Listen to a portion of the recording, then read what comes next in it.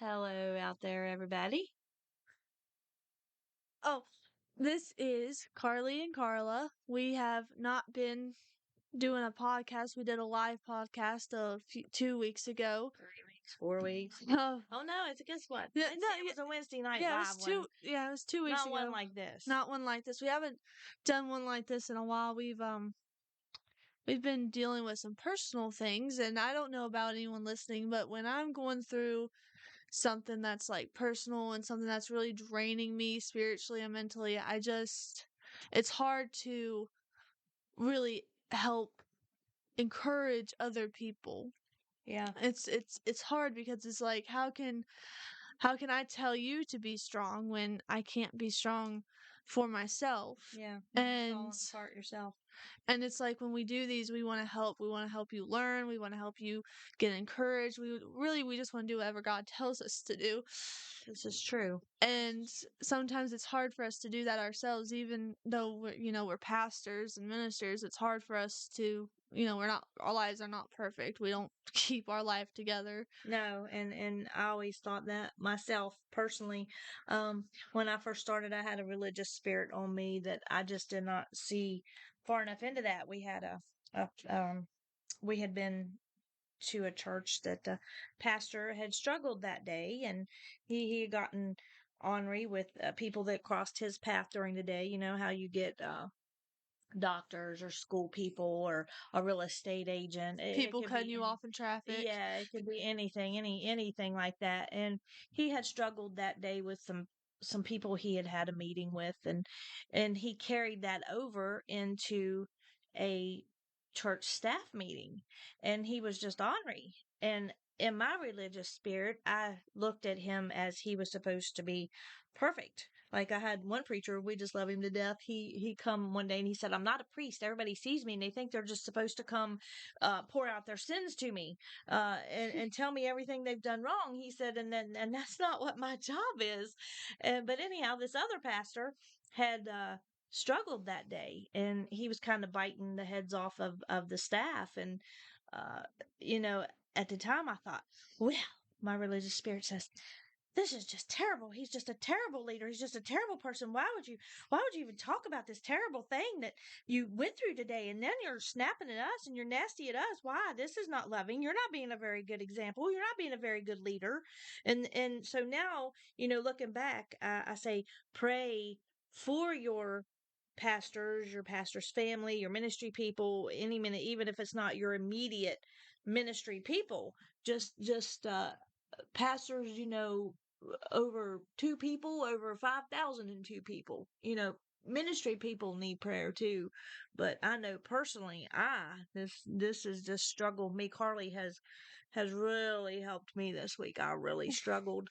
Um, she helped me flip flop it back around. Kind of why we named this podcast Flip Flopped. I actually had a post a day or so ago that I wrote that I had to thank Jesus because he flipped my flop, and my flop was pretty bad this week.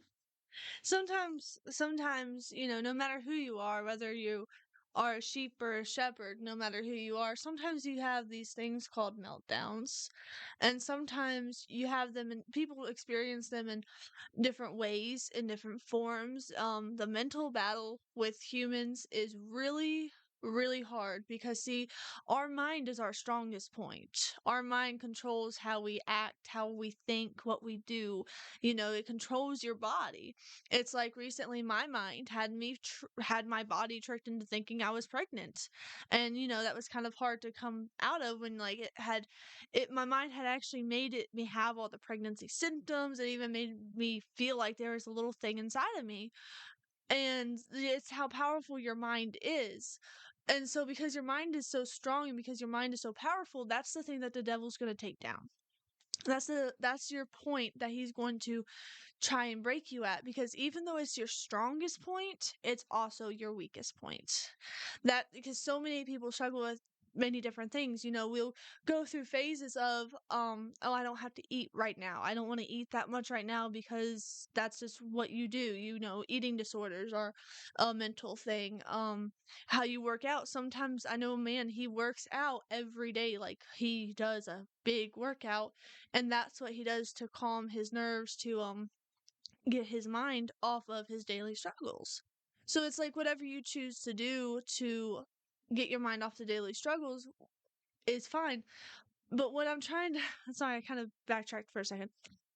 What I'm trying to say is when you have your mind and you have it in a place that's not safe, when you have it in one of your weak moments of a meltdown, no matter how your meltdown is handled, whether it's through an eating disorder or depression or anxiety or anger or just sadness or like whatever it is, however you experience your meltdowns, that's your weakest moment. That is your weakest moment, is when you're having that meltdown. And that's when the devil's going to come in, because then he's going to feed your meltdown. Then he's going to feed it. He's going to be like, oh, yeah, don't forget this. Don't forget that. He's going to build you up with insecurities. He's going to build up your insecurities more. He's going to feed you Mhm. with all of those emotions that you don't want to be feeling. Yes, he does. And it's those emotions that's going to bring you down. It's those emotions that's gonna put you into a depressive state. It does. It really does. And I can't thank you enough. And I am serious. I cannot thank you enough for really just loving me through my meltdown, because I had a very ugly meltdown. Some of you don't know me at all who would hear this, and I don't have. I will not claim that I have bipolar. I have had doctors diagnose me bipolar. And so I take medicine for this, and I don't have a problem with medicine, but I also do believe in healing.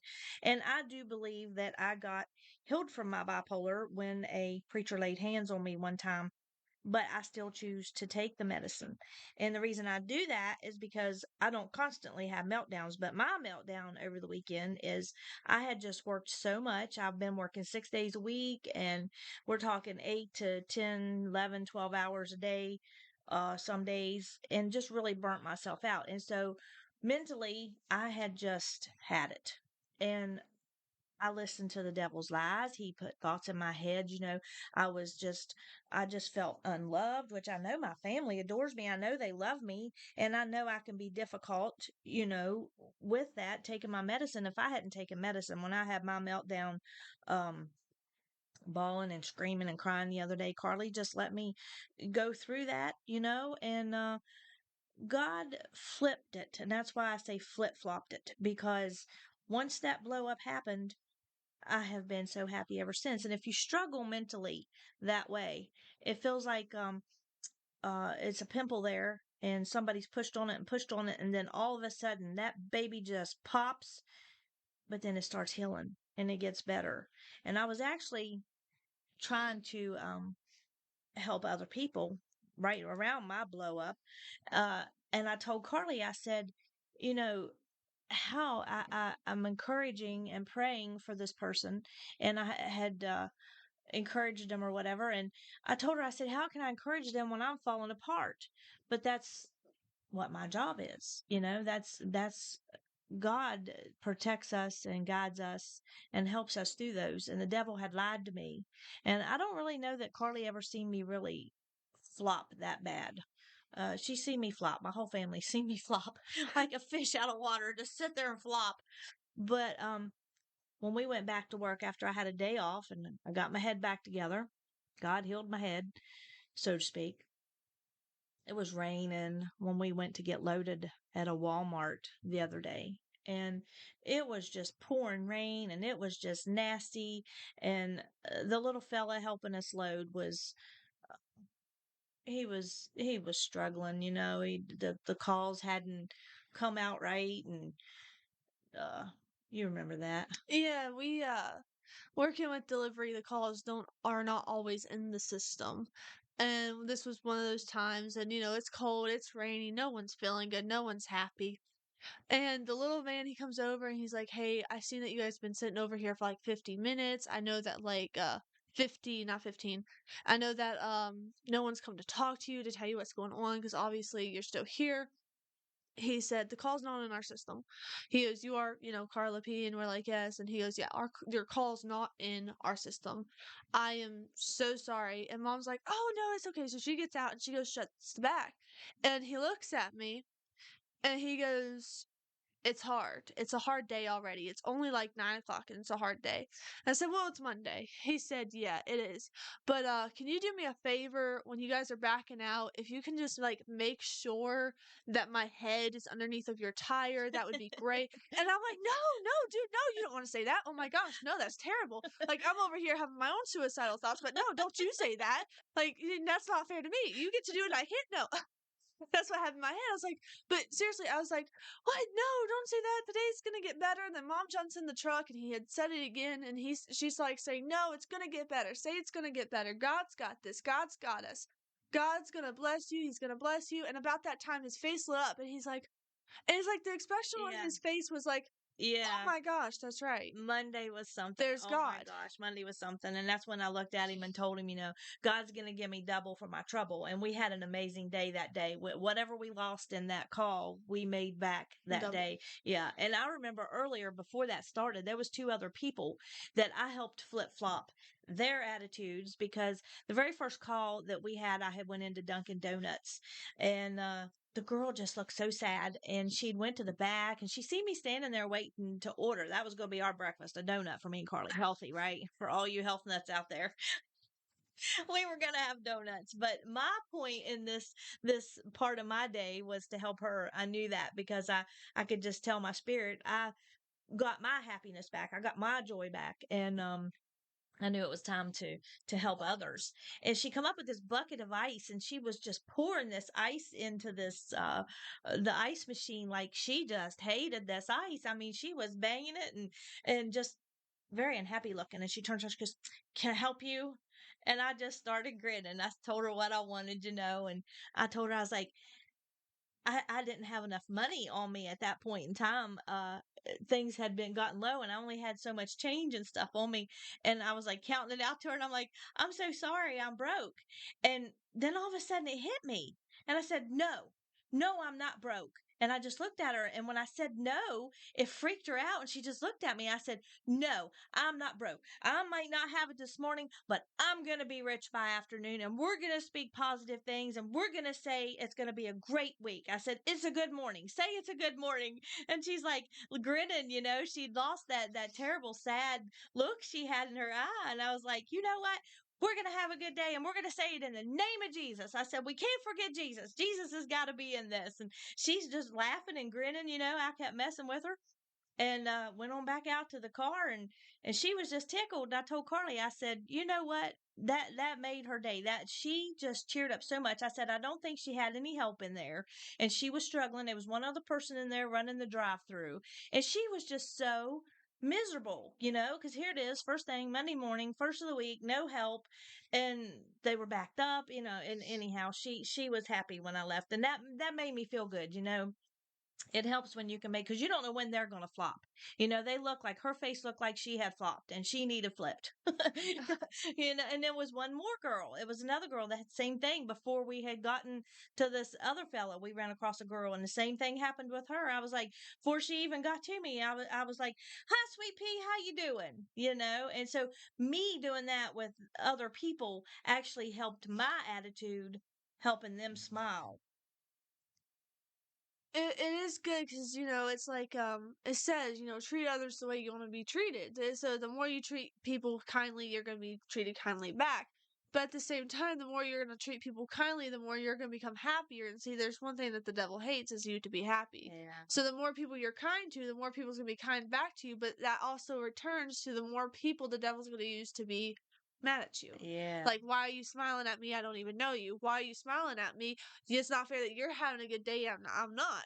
It's all set up in our attitudes. And I think the main part is we always forget if you, and I wrote this in my most recent book that I published, we always forget God. And I know that sounds bad. I know, like, there's, like, probably people listening right now. I don't forget God. How could you say that? I could never forget my Lord and say no. In seriousness, we forget God. We forget that He's there, and we forget that He can help us. Yeah. Like praying is never our first step. No, I'm repeating the word back. Like it's always like, Jesus was in the devil being tempted. Oh my God, in the desert being tempted by the devil. And as he's being tempted, he didn't say anything like, "Oh, well, maybe I should turn this rock into bread." Yeah. Like I am the son of God. Like I have the power to do this. Maybe I should. Maybe he's right. Maybe the earth is my kingdom. Should I have it? No, his first thought was, "No, you idiot. I'm not Yes. going down that road. Yes. Here's scripture. Yes. I'm talking to my father." Yeah. Okay, so that's what we have to remember. We have to remember, and it's hard. I do it too. Yes, it is. And when we spoke that word, the flipping and the flopping, man, I'm telling you, once you say it, it's just a matter of getting it out of your mouth. And I even knew it. I recognized it when I flopped on you the other day. I just, I totally said that. I said I was feeling sorry for myself, and I was whining, and I was just nasty and just bawling. I mean, somebody could have just stepped out on a stone and it rolled over and they kicked it to the side, and I just started bawling. Why did they kick the stone? Just totally bananas over anything stupid. But I knew it. I said, if I speak it out, then I will feel better. If I speak out this word, the Bible word, the verses, if I just speak it, he don't like it. He don't like the name of Jesus. So I'm sitting in there going, Jesus, Jesus, Jesus, Jesus, and then I kept doing it. And then I started laughing. And he does not like you to call on Jesus, to quote those Bible verses back to him, just like she was saying with Jesus in the desert when Jesus quoted them, because the devil misquoted those verses to Jesus. And Jesus is just, I still, every time I hear that story, when people talk about the devil in the desert, the first time I read it, I had to reread it like I three laugh. times. I'm like, what is he talking about to Jesus? Why is he telling this? Jesus made him. I laugh every time I see that because, like, ever since I read it, it's just like, my favorite part is when the devil's like, "You can have this entire land, will Have be it all." yours." And Jesus is, I just picture, like, in my head, I play movies in my head. So, like, when I'm, like, reading it, I just see Jesus look at him, like, give him a side eye and just go, "Really? Really? You just said that like, to me? do you not remember? Do you not know who Like, I am? do you not remember where you came from? You bumped your head when you fell. You bumped it pretty hard on something. Maybe that rock you're trying to tempt me with. I don't know. But you bumped it, man, because I ain't doing that. My home's way better than whatever you got going on. Yeah, I'm here. telling you, why would Jesus let it in the state that the devil turned it into? I can have all this. Yeah, okay, I really want that. And there's a quote right now trending on like TikTok and social media. Everyone's sharing it. And I'm loving it. It's a quote that's been around forever, but it's like one that just started to trend. Is the reason why the devil hates you so much is because you are able to get to a place that he can never get to again. Yeah. See, the devil wasn't always the devil, but he was Lucifer. Yeah. Okay, and Lucifer, when he was first created, he was the angel. He was an archangel, which is he was one of the big guys. He was over the music, and God loved him. He was the most beautiful angel. And he All of the knew it. colored stones. He was beautiful. He knew what heaven looks like. He knows the joy inside of heaven and everything. But yet he fell from there. He lost it all. Yep. And he can never get it back. Yep. Never again. He and hates us. and there's a part of him that knows that. He knows that we have something that he cannot have. And that's his biggest downfall, is when he can't have something. Because that's what his downfall was in heaven. He wanted where God was at. Yeah. He was already where God was at, but he couldn't be God. He was going to be above him. He wanted to be above it. He wanted it all. And so since we have something, The creation trying to take over the creator. Yes. And since we have something that he cannot have, he's going to try and take it from us. Yeah. Okay? Not physically like, oh, it's mine now and you can't have it back, because he can't have it back either. So he's going to ruin it for you. You ever go to like a birthday party? And you go to the birthday party, and there's that one kid that has to ruin it for everybody. The face gets shoved in the cake or something. Now you don't get cake. That's what he wants to do. He wants to shove you inside the cake so that way nobody gets cake. Yeah. He wants to take the cake from you, even though he's not getting the cake. He wants to ruin it for everybody. And when it comes to our mental, it's like Jesus told Thomas, "Blessed are those who believe without seeing." So what's the devil going to pry on? Is it actually real? Yeah. You have never seen it, and not all of us. You hear the stories, and I believe these stories are true about people that's able to enter into heaven. They've seen visions of heaven and things like that. I believe those stories are true, but there are some people who are not going to experience those visions, who are not going to experience that type of way of knowing, like, oh my gosh, he's real because I went there. Yeah. We're going to have to know he's real in a different way. We're going to have to know he's real by just having faith. So the devil's Blessed are going to those take, who believe without seeing. so the devil's going to take that away from us. He's going to have to put that down in our head. He's got to first destroy our faith before he can fully destroy our mind. Mhm. He's a liar. He's a good at it. He's slick. He comes boy, he is. He's slick. Don't ever disregard. Yes, we have the power over him, but it's like Michael, uh the head archangel Michael. He got in a argument. Says this in Jude. uh, He got in an argument with Satan over Moses's body. Moses had died, and for whatever reason, it doesn't explain it really in the Bible what they were arguing over it for. But it says in there that Michael would not go against Satan in this battle unless God had um uh told Michael that he could do it. It's actually here in Jude 1. I think Jude is only one. There's Yeah. only one chapter in Jude, but it's Jude 1:9, it says, "But even Michael, one of the mightiest of the angels, did not dare accuse the devil of blasphemy, but simply said, 'The Lord rebuke you.' This took place when Michael was arguing with the devil about Moses' body. But these people scoff at things they do not understand, like unthinking animals. They do whatever their instincts tell them, and so they bring about their own destruction." So we will bring about destruction upon ourselves, not destruction, go to hell, from a heaven to hell salvation type of thing, but we can bring destruction on ourselves. I listened to the lies of the devil, and that's why my destruction on my meltdown, that was my destruction, my meltdown, so to speak, the bawling and the crying and the screaming and the pitying myself and the feeling sorry for myself, and nobody loves me, and I do all this, and I do everything for everybody, and nobody does anything for me. Just all kinds of craziness of lies that I believed, and so that was my own destruction. But the minute I took it to God, and I didn't let the devil play with me, I didn't let him argue with me, then it was okay. So we don't take him for granted. He's here to come against us. Jesus said the demons do not like the name of Jesus. You say the name of Jesus, they tremble. And if you tell them to flee, they're supposed to flee in the name of Jesus. And the minute I said that, and I've even had Rusty years and years and years ago, when we were starting to deal with the bipolar that was diagnosed on me. I remember sitting at the kitchen table one day, and I was just angry. I was just nasty, and I was just angry for no real reason. I was just nasty. And I remember him looking at me across that table, and I remember he said, "I don't know who you are. I don't know what you are, but you need to leave, and you need to leave her right now." And I felt my body just shake, and I just knew, and I felt better. But I could feel that thing. It's just like they say that the wings of the angels or whatever. It's like you could feel the wings of that black dark demon had wrapped itself around my body and was in my ear, just whispering stuff that was lies that I was listening to. I was accepting it. And you have to realize, don't accept it. Speak it out loud.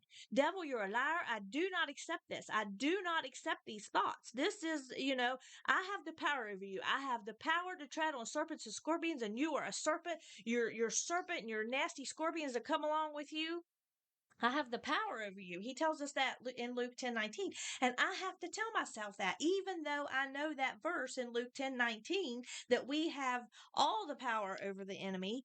I have to remind myself of that and to say it, even if you know these verses and you've said them 100 times and you think, well, I've said it before. It ain't gonna listen to me now because I've done used it 500 million other times. Well, use it 500 million and one because I'm telling you, his word is true. His word will work.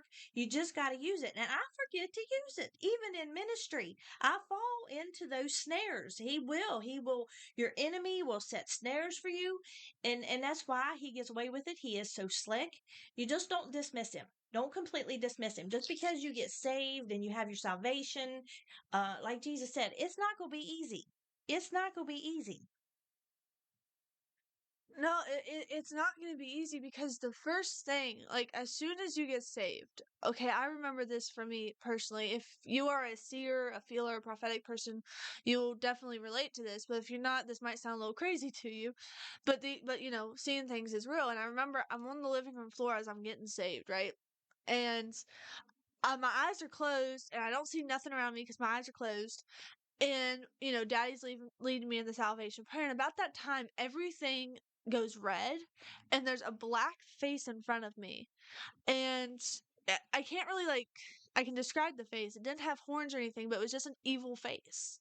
It's not how you would like picture the devil on Halloween with a pitchfork or everything, but I knew it was, you know, a demon, and he was inside of my head. And, you know, daddy, he goes, do you believe Jesus died on the cross for your sins? And I know that I was saying yes, but the demon started shaking his head no. Yeah. And so I say yes to all the questions, you know, did he, you know, he rose on the third day, you know, blah blah blah, do you accept him into your heart, you know, the salvation prayer. And everything I was supposed to say yes to, I was saying yes to, but every time I said yes, the demon was shaking his head no. And as soon as the prayer was over, I looked at him, I looked at my dad, and I said, I was saying yes, right? And he said, yes, you were saying yes. Are you already doubting your salvation? I was like, no. And I told him what had just happened. He said, oh, well, that's not gonna stop. Like, it's gonna come against you even harder. It's gonna like come past you. You know, the devil's gonna try and get you back. And here's the thing. I was depressed, okay? I still battle with that, but it's not inside of me anymore. It tries to come up against me, Yeah. against me again. So, but it, you know, it says in John, I think it's chapter 10, it says that he's the light of the world. He comes in and he lights the world.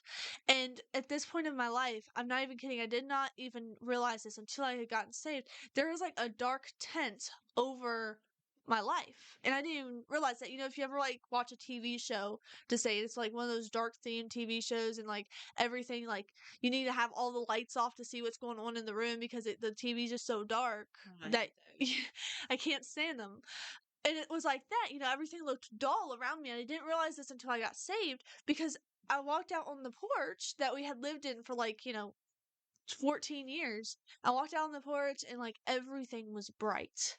The sunset was bright. The grass was bright. The rose bushes were bright. And I heard, again, we lived here for 14 years and I never heard them there before until this day. I heard church bells.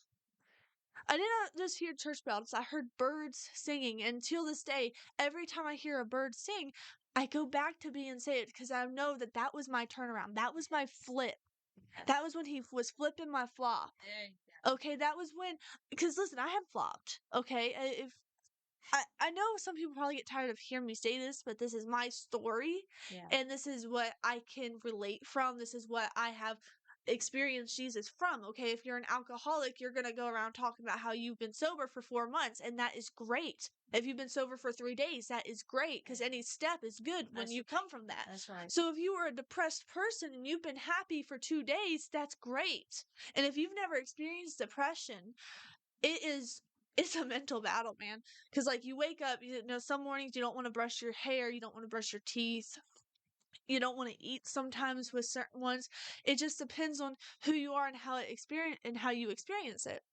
And so with me, I'm going to talk about having anxiety. I'm going to talk about having depression because that's what he bought me out of. I didn't go down the road of drugs and alcohol and things like that. So I can't talk about that. I can't talk about how he saved me from almost overdosing in a gutter one night with a needle in my arm because I didn't go through that. Right. But what I did go through is sitting on my bed thinking, hey, I'm going to go ahead and take a bottle of pills. Hey, I'm going to swallow some BBs. I'm going to go hang myself in the closet. Because that's what I went through. That's what my mental state was. And that's what he bought me out of.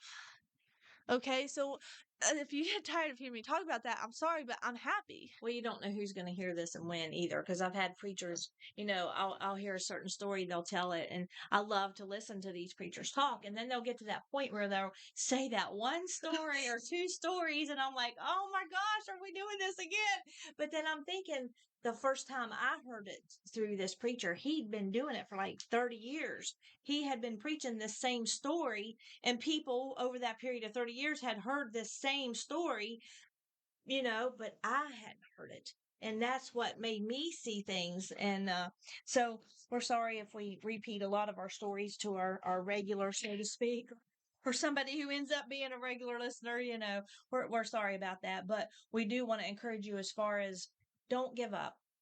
It's just as simple as that. Whatever you're going through this very particular minute, you might have to do this 100 times in a minute. You might have to say, I can do this. And we are telling you, you can do this. You just have to speak that out loud. Speak it out loud. Say, I can do it. I can do it with Jesus. We're going to get through this. Jesus is going to help me get through this because I'm asking him to help me get through this. And then that comes where the fruits of the Spirit comes in. Okay, we all know the Spirit, and this is not the Spirit, the fruit. And this is a big fruit for me personally because I struggle with this, is patience. Mm-hmm. And you're like, well, how is that a fruit? Well, not how it's a fruit, but how can we show patience to other people when we're struggling? Well, if you know people who know that you're struggling, okay, like a family member, a friend that's like, man, she's lost her husband, she's lost her house, she's lost everything, but she's happy. She's gonna get it back. She keeps saying she's gonna get it back, but I don't see how that's possible. That's because she's patient. So she keeps saying that she's gonna be happy, but how is she gonna be happy when everything is falling apart? How am I going to get blessed? She's waiting for her blessings. That's the patience. If this person has lost everything and they're in the waiting and they're waiting happily, and all I need to do is sit in a drive-through for 5 minutes, I think I can do that. I know that like God doesn't scale our problems, but we do as humans. We will scale our problems. And I don't hate the people. I hate the demons inside of these people. That's like everything's got to be worse than what you have it or better than what you have it. Like the best thing to have happened to you. And then they come over like, well, that's good, but guess what happened to me? My thing's greater. Or, the worst thing could have just happened to you. And they come over like, yeah, that's bad, but guess what happened to me? I preached on that a few weeks ago. You stub your toe, but you break your toe, and they're like, yeah, but I broke a leg one time, and crutches weren't even invented. Like, they have to make it worse. So we as humans scale our problems, but if you actually take a second, okay, you know the old saying, walk in his shoes. See if you can walk a mile in his shoes. I personally hate that saying. Mm-hmm. Only because one, there are different size shoes. Two, I don't really get athlete's foot. Well, So shoes and me are not a good thing. So I really don't want to put on another pair of shoes, especially if they're the wrong size or if they don't go. I like to match my shoes with my outfits. So if they don't go with my outfit, that's a total, that's a no-go for me. So when when someone says walk a mile in his shoes, I don't like that because, okay, what about my problems?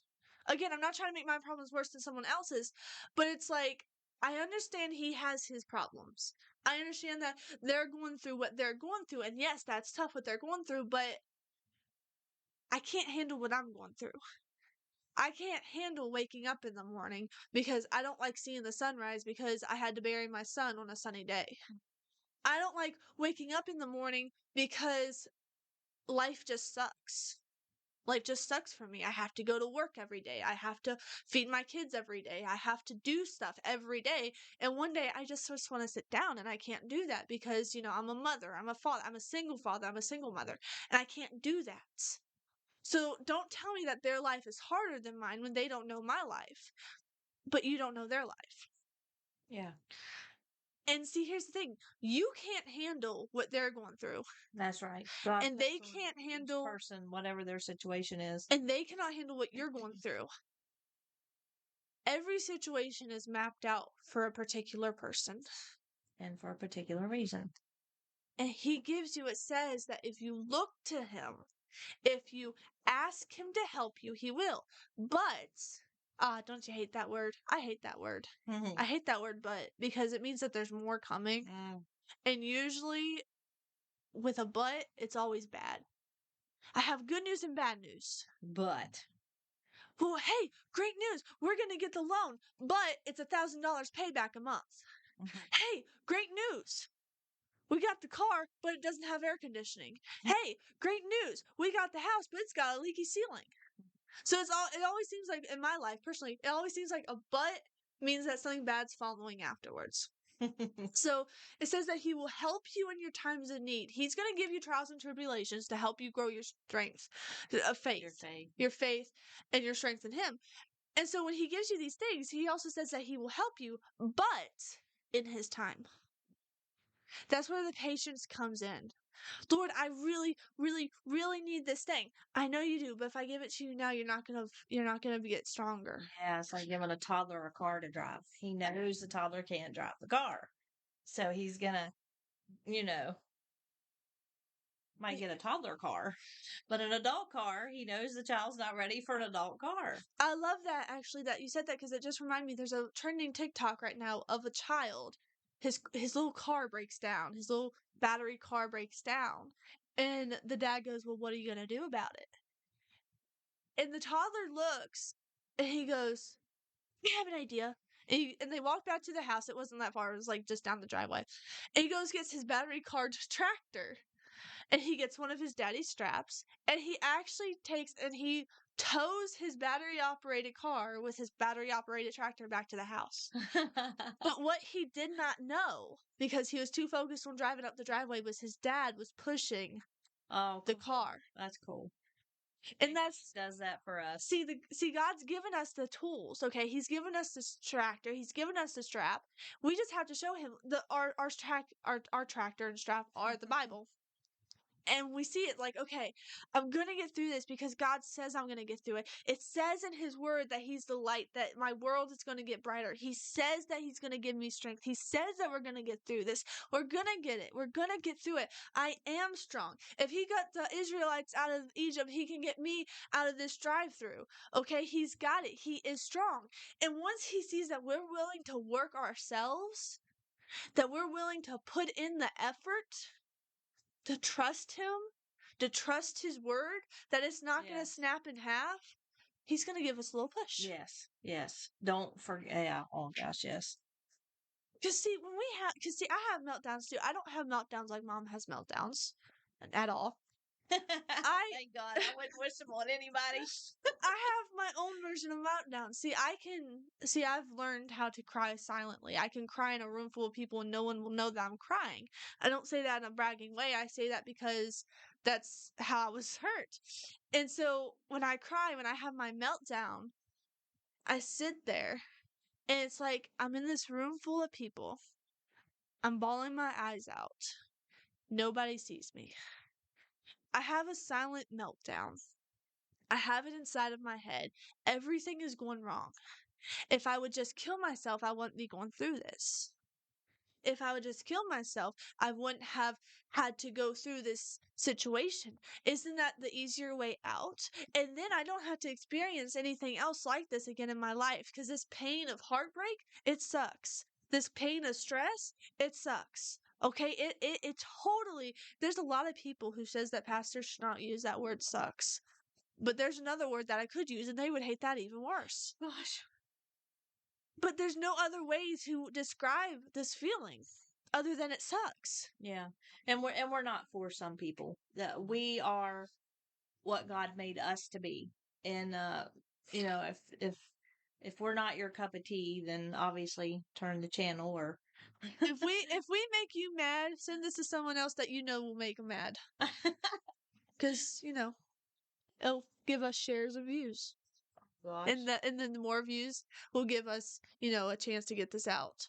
to other But people. just know, I don't know what part of your week you'll be listening to this. I can't say for the rest of your week, your next few days, whatever you're going through. Maybe your work week is just beginning. Yeah, Maybe everybody's Wednesday. schedule's different. So Maybe Wednesday's your Monday. whatever point in your life at right now, just know, look up verses in his word and say them out loud. Don't just say them in your head. Don't just read them in your head. Say them out loud, because the devil does not like to hear the word, and the word will set you free. Yes. Yes. So I think you got anything else to say? Nope. I think we're gonna wrap this up with you guys, but you just hang in there. God's got your back. Google the verses. Psalm 91 is great. She sent me when I was melting down. What was it you sent me? Psalms. Oh, I sent you Yeah, Psalms 91 It's still on because it there. was the end of the day, and you shouldn't go to bed angry or upset Yeah, Bible says not to because do that too. then you're not going to get the rest that you need. So I sent her Psalms 91, 1 through 16, the entire chapter. But then I gave her some other, verses that really are helpful for strength and meltdowns. I actually looked it up. I said Bible verses for meltdowns. But the first one here is 1 Corinthians 16:13. It says, "Be on your guard, stand firm in the faith, be courageous and be strong." Then the next one is 1 Chronicles 16:11. "Seek the Lord and his strength. Seek his presence continuously." Yes. Then the next one is Psalms 12, 1 to 2. "I lift up my eyes to the mountains. Where does my help come from? My help comes from the Lord, the maker of heaven and earth." The next one is John 16:33. It says, "I have told you these things so that in me you may have peace. In this world you will have trouble, but take heart, I have overcome the world." And then the last one is one of my personal favorites. It is Lamentations 3:23. "His mercies begin afresh each morning." So at the And when end, I found those, it was the next morning. She had sent them to me at bedtime, and so I like that you just ended with that one, because that's what I woke up to. I woke up and I picked up my phone to see the time, and I seen that I had a message, and it was actually her in the same house. Didn't even know it, but it started my day off wonderful, just like she was saying. His mercies are new every morning. so say you have a meltdown at like 12 p.m. in the afternoon, and it's just messing with your head all the way up till bedtime. You are still upset. You're still crying. You're still angry. Stop. Read Psalms 91 Out loud. out loud. Get the demons away from you. Yeah. Pray a hedge of protection around your house, around your property, around your neighborhood. Tell God place his angels around the four corners, Yes. because whatever demon tries to get past that barrier, they're just going to slice their heads off, and they're going to send them back to hell where they belong. Flaming swords. So, do that. And then in the morning, his mercies begin afresh every morning. I know, Yes. I don't know for anybody else, but I know, like, for me and Seth, this helps. If we have a argument or a disagreement, the next day we forget about it. Yes.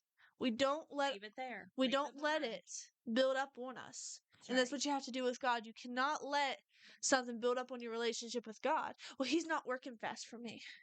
He's not doing it my way. Seth doesn't put our clothes away right, but let me tell you, I sure appreciate that it gets done. He doesn't do it my way, but he does it his way. Yeah. And it's God's way that we have to remember. Yes, we have to do it God's way. There's no other way to do it. To get it done right, we have to do it God's way. He's got the best plan laid out there, and he's not going to forsake you. So this time, we will say goodbye. And we hope that you guys have the good rest of your day, the rest of your week, wherever you're at, point of your life. We pray for you. We don't know you, but we pray for you and we love you guys. We will talk to you next time.